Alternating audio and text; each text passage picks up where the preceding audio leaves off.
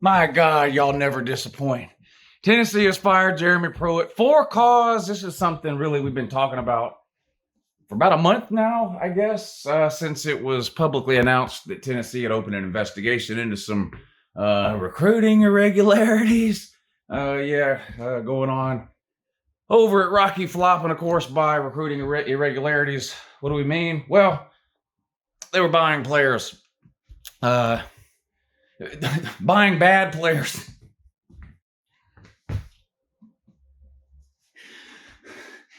I didn't think anybody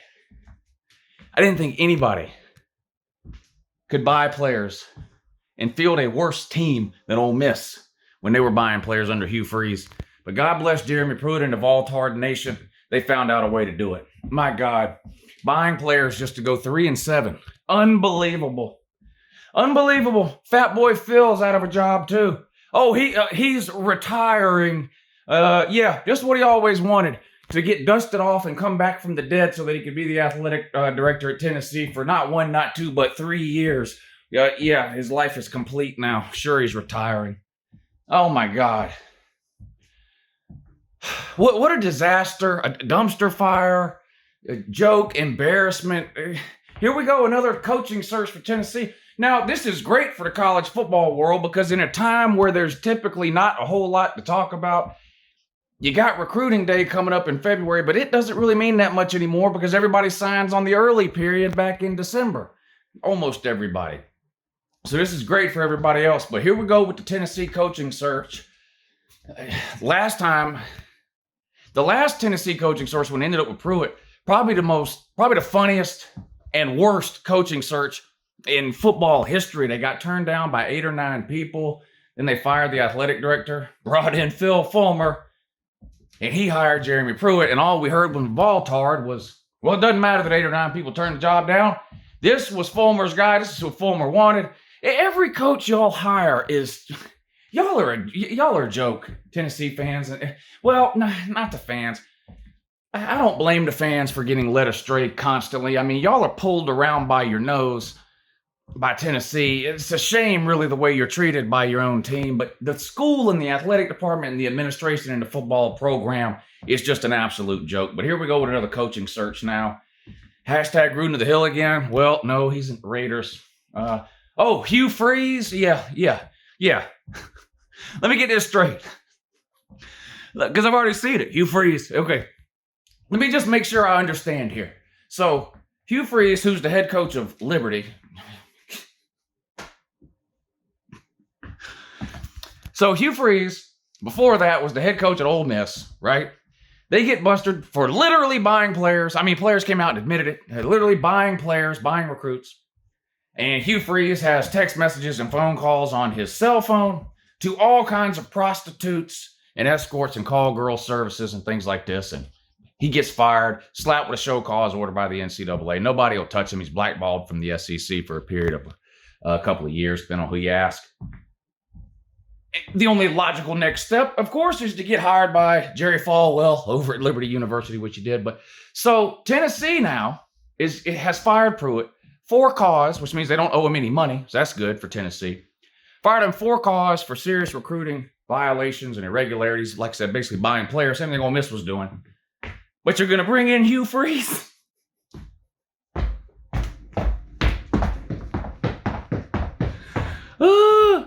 I don't think so, Jack. I don't think so. Even if you did, it would be a failure. But who else is on the list? Jeff Fisher. Yeah, this is a great idea. Jeff, people are scratching their head. The hell is Jeff Fisher?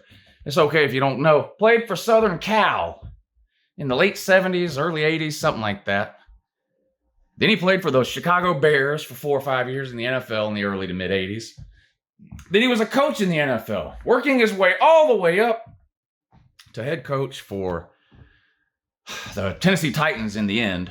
And that ended, 4 or 5 years ago? And he's been out of work.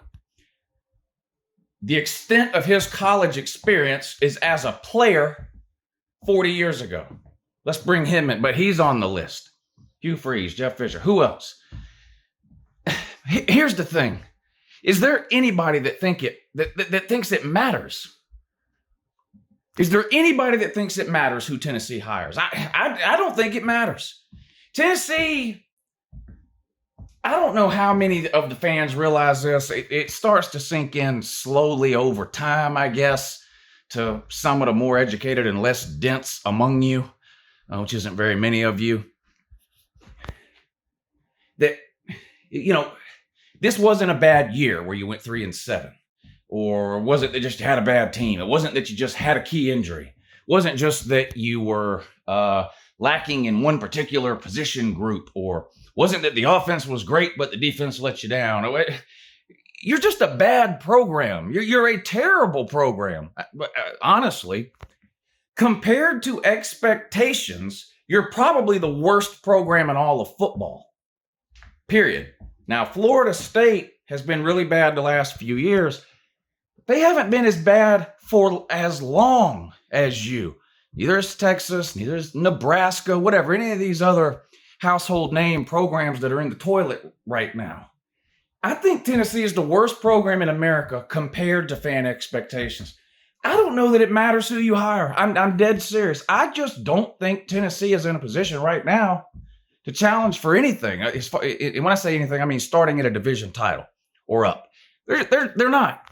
I don't know that it matters who you bring in. Go get Matt Campbell from Iowa State. Great.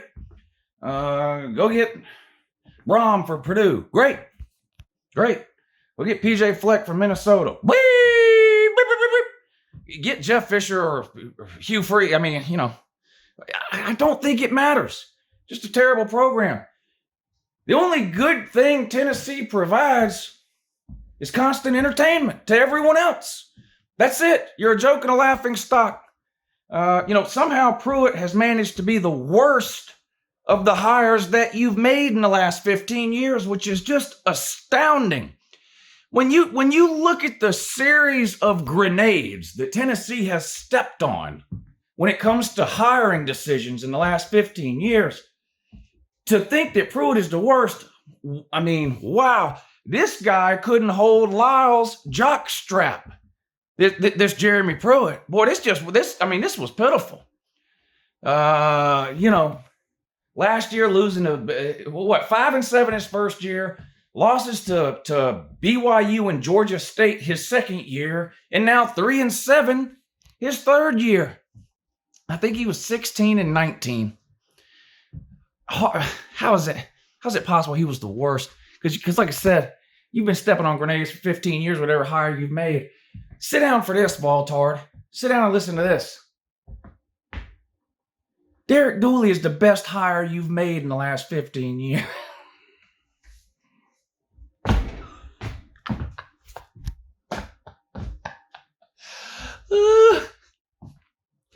Derek Dooley is the best hire you've made. Oh my God. Derek Dooley, son of Vince Dooley. Hey, Mark Richt has a son that's in the coaching game. Call him up.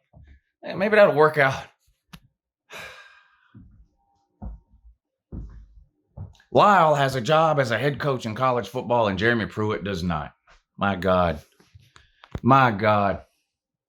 The Tennessee fan will get all excited. Doesn't matter who they hire. They will get all excited. This is just what we need. This is the guy. He's going to bring this, and this to the program. Oh, what a perfect hire. You know, he's great in all the areas where we were lacking. So he's great in every area?